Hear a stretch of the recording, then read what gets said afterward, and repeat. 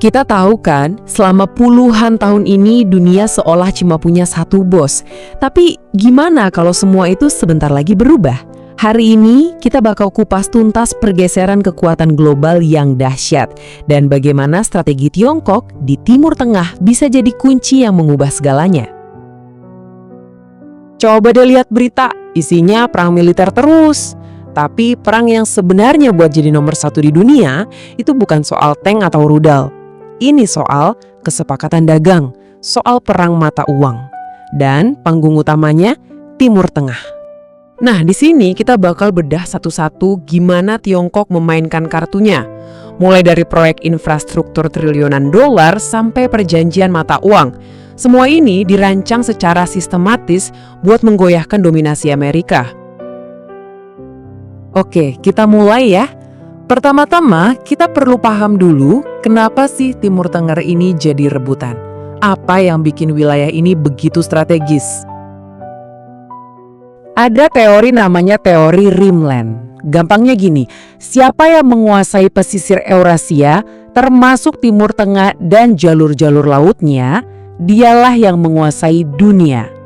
Anggap aja ini hadiah utama dalam geopolitik. Ini bukan cuma soal peta, tapi cetak biru kekuasaan. Dan selama ini, siapa yang pegang kendali? Ya, Amerika Serikat. Terus, apa sih rahasia di balik dominasi Amerika yang begitu lama? Jawabannya ada di sistem keuangan mereka. Namanya sistem petrodolar. Ini intinya kesepakatan global kalau semua transaksi minyak harus pakai dolar AS. Efeknya apa?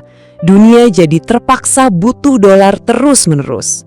Inilah fondasi utama yang bikin Amerika jadi satu-satunya negara adidaya. Apalagi setelah dolar mereka nggak lagi dijamin sama emas. Lihat deh lini masa ini. Cuma dalam waktu beberapa tahun aja, Amerika berhasil merancang ulang sistem keuangan dunia. Sebuah langkah jenius yang mengunci dominasi mereka untuk puluhan tahun ke depan. Nah, ini dia intinya. Sistem ini ngasih Amerika hak istimewa yang luar biasa. Artinya apa? Mereka bisa terus-terusan cetak uang buat bayar defisit raksasa mereka seolah-olah seluruh dunia yang nalangin. Nggak ada negara lain yang bisa begini. Oke, kita udah paham gimana Amerika membangun kekuatannya. Sekarang kita beralih ke Tiongkok. Gimana cara mereka melawan? Ternyata strateginya beda banget. Tiongkok tahu banget dari ajaran Sun Tzu, seni perang tertinggi adalah menaklukkan musuh tanpa bertempur. Mereka sadar melawan Amerika secara militer itu bunuh diri. Jadi, mereka serang titik lemahnya, ekonominya. Lihat perbedaannya ya. Amerika habis triliunan dolar buat intervensi militer yang hasilnya ya gitu deh. Sementara itu Tiongkok main catur jangka panjang. Mereka diam-diam membangun hubungan dagang, berinvestasi, sampai akhirnya jadi mitra ekonomi yang nggak bisa dilepaskan oleh negara-negara di sana. Proyek raksasa mereka, inisiatif Sabuk dan Jalan, itu bukan cuma soal bangun jalan atau pelabuhan, ini soal mengubah arah kompas ekonomi seluruh kawasan ke Beijing. Ditambah lagi dengan teknologi canggih kayak 5G dari Huawei dan sistem navigasi Beidou, Tiongkok seolah-olah mengikat infrastruktur di sana langsung ke pusat kendali mereka. Nah, strategi ekonomi ini punya dampak langsung yang sangat besar ke dolar AS. Coba kita lihat. Ini dia langkah-langkah Tiongkok untuk melemahkan dolar. Pertama, dorong transaksi minyak pakai yuan. Kalau ini terjadi, negara lain mulai menyimpan yuan. Otomatis permintaan dolar turun. Ujung-ujungnya, permintaan surat utang Amerika juga melemah. Ini serangan langsung ke jantung sistem keuangan Amerika, yaitu petrodolar. Dan ini bukan cuma wacana. Perluasan BRICS yang sekarang anggotanya termasuk raksasa minyak kayak Arab Saudi dan Uni Emirat Arab, itu langkah konkret. Mereka lagi bangun blok ekonomi super kuat yang bisa beroperasi di luar sistem dolar. Ini game changer. Dan ini membawa kita ke tumit Achilles Amerika. utang negaranya yang luar biasa besar. Utang ini bisa aman selama dunia butuh dolar. Tapi seperti yang kita lihat, kondisi itu mulai berubah kan? 34 triliun dolar.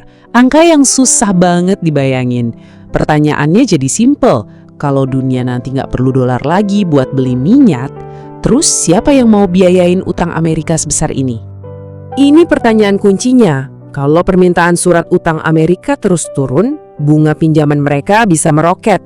Ini resiko jangka panjang yang sangat serius buat stabilitas keuangan mereka. Ini yang disebut dilema Triffin. Situasi maju kena, mundur kena buat Amerika. Kalau mereka cetak uang terus buat bayar utang, inflasi di dalam negeri bisa meledak. Tapi kalau mereka naikin suku bunga buat ngerem inflasi, ekonominya bisa resesi parah. Bener-bener kayak kejebak kan? Dan yang paling ironis, coba lihat ini. Angkatan Laut AS habiskan miliaran dolar buat jaga keamanan jalur laut. Tapi siapa yang paling diuntungkan? Justru Tiongkok, karena jalur energi mereka jadi aman. Aneh kan? Amerika secara nggak langsung malah mensubsidi kebangkitan pesaing utamanya. Jadi, yang kita saksikan sekarang ini bukan sekedar persaingan biasa. Ini adalah lahirnya sebuah tatanan dunia baru yang multipolar. Kekuatan nggak lagi terpusat di satu negara, tapi terbagi di antara beberapa pemain besar. Ini mirip seperti perangkap Thucydides versi abad ke-21. Ada kekuatan baru yang menantang penguasa lama. Bedanya, perangnya bukan pakai pedang dan perisai, tapi pakai algoritma perdagangan dan suku bunga bank sentral. Ini bukan berarti Amerika bakal bangkrut besok pagi ya, tapi ini lebih kayak proses kebangkrutan yang pelan-pelan. Gejalanya apa? Inflasi yang nggak turun-turun, infrastruktur yang makin tua, dan politik dalam negeri yang macet. Fondasi ekonomi yang menopang supremasi mereka selama ini pelan-pelan terkikis. Panggungnya sudah disiapkan untuk sebuah era baru. Satu kekaisaran mulai meredup dan tatanan baru muncul. Pertanyaan besarnya adalah, bisakah dunia melewati transisi ini dengan damai? Atau kita justru sedang menuju era konflik baru yang lebih besar? Jawaban dari pertanyaan inilah yang akan menentukan wajah abad ke-21.